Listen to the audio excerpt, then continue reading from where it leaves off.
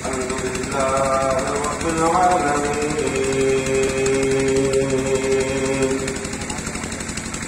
والصلاة والسلام على سيد الأنبياء والمرسلين وعلى آله الطيبين الطاهرين وأصحابه المكرمين المعظمين أجمعين.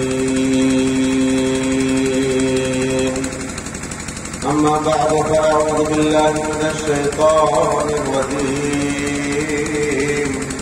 بسم الله الرحمن الرحيم. واللاتي تخافون نشوزهن فعظوهن واهجروهن في المضاجع واضربوهن. صدق الله مولانا العظيم، وبلغنا رسوله النبي الأمين المتين الكريم، ونحن على ذلك لمن الشاهدين والشاكرين، والحمد لله رب العالمين. عزیزان گرامی، رفیقان ملت اسلامیہ، احباب اہل سنت، اسٹیج پر تشریف فرما علماء، خطبہ، شعراء، سامعین اہل سنت، ہماری آپ کی مشترکہ خوش نصیبی اجتماعی فیروز بختی ہے کہ آج کی اس محفل نور میں، بزم نور میں اور اس محفل مسعود میں آنے کی حاضری کی سعادتیں نصیب ہوئی. قسمت والے ہی اس طرح کی محفلوں میں شریک ہوا کرتے ہیں. جن کی قسمت یاوری کرتی ہے وہی اس طرح کی نوری محفلوں میں حاضری دیا کرتے ہیں. قابل صد مبارکباد ہیں جناب مولانا عبدالصمد صاحب اور ان کے گھر والے، ان کے والدین کریمین، ان کے بھائی، برادران، رشتہ دار، جنہوں نے ان کی شادی خانہ آبادی کے حسین موقع پر اس نبی کی میلاد کا اہتمام کیا جس نبی کے صدقے میں پوری کائنات بنی.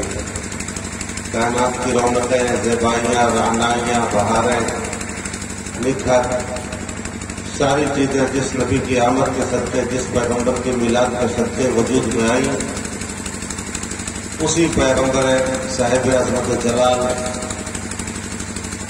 کے نام کی یہ محفل انہوں نے اپنے دروازے پر منعقد کی. علماء، خطبہ، شعراء کثیر تعداد میں بلائے گئے. عالم کی یہاں محفل ہوتی ہے تو علماء کی کثرت ہو ہی جاتی ہے.